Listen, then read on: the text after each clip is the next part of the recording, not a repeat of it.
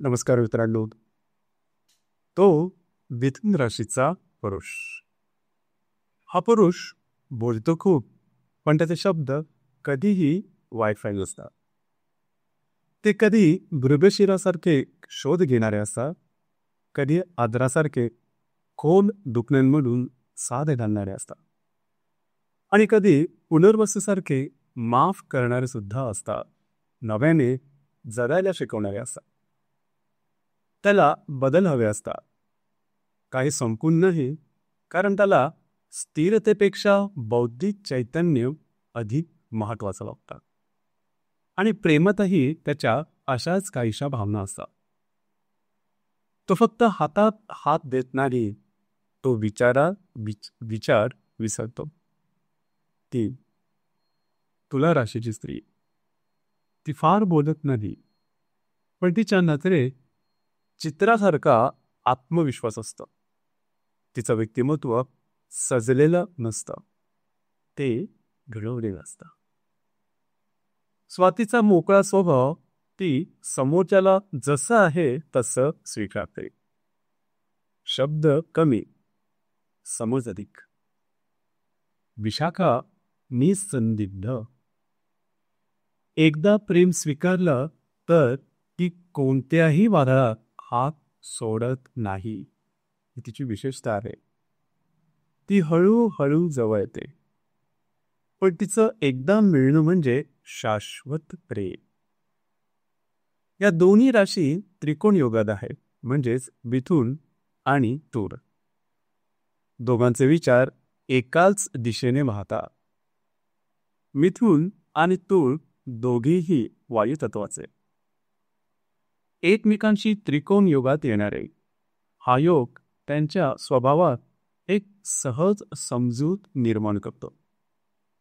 हे नातं कधी माझं तू ऐक असं करत नाही.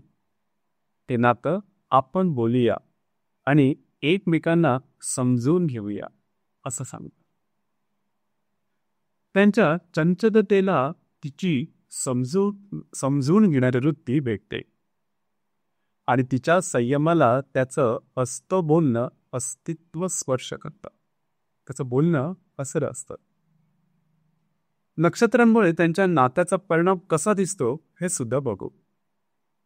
मिथुन राशीचे जे पुरुष असतात त्यांचे नक्षत्रगत स्वभाव कसे असतात ते थोडं जाणून घेऊ.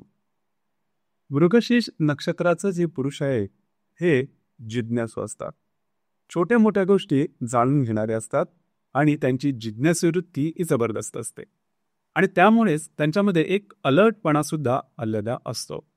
का, कशाला, कशामुळे, आणि वाचन वेळे सुद्धा असतात. तसेच सौंदर्य वेळे सुद्धा असतात. सतत काहीतरी शोध घेणारा असतो. आद्रा नक्षत्राचा जो पुरुष आहे यांच्यामध्ये यांना भावनाचं आक्रमण सहन होत नाही, पण खंबीर असतात. पुनर्वसू नक्षत्राची जी स्त्री आहे ही हळव्या क्षणानंतरही नव्याने जगणारा असतो.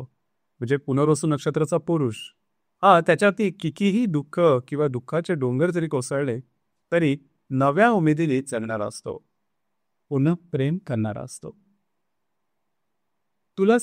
तुला राशीची जी स्त्री आहे त्यांच्या नक्षत्रगत स्वभावाबद्दल सांगायचं झालं, खास करून चित्र जे नक्षत्र आहे हे थोडंसं स्टायलिश असतं, आत्मभान राखणारं असतं.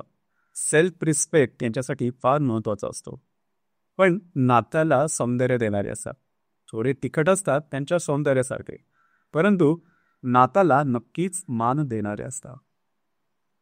स्वाती नक्षत्राची जी स्त्री आहे ही अगदी मोकळी धाकळी असते, चविष्ट बोलणारे असते, दुसऱ्याला संपूर्ण स्पेस देणारे असते, स्वतःप्रमाणे दुसऱ्याचा सुद्धा सेल्फ रिस्पेक्ट राखणारी असते.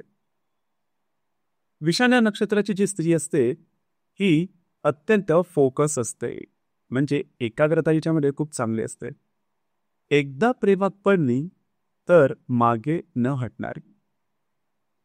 या नक्षत्रामुळे ते नातं केवळ भावनांवर चालतं असं नाही, तर त्यात आत्मभान, परस्पर स्पेस आणि न थांबणारी अशी समजूत असते. एकमेकांना व्यवस्थितपणे समजून घेण्याचं भान दोघांनाही चांगलं जमतं.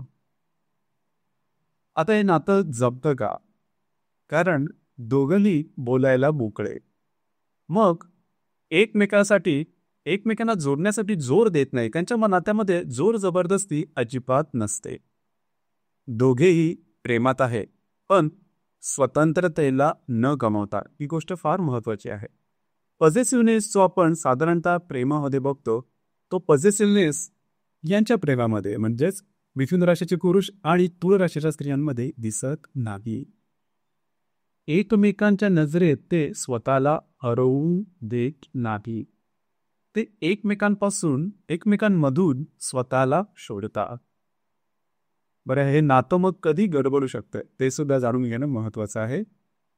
जर मिथुन राशीचा पुरुष फारच बदलत्या विचारात हरवून गेला, कारण बदल हा त्याचा पायाभूत गुणधर्म आहे, किंवा तुळ राशीची स्त्री फारच बॅलन्स स्वतःला ठेवण्याचा प्रयत्न केला आणि त्या नादामध्ये भावना जर का तिने दडकून बसली, तर हे नातं बदलू शकतं.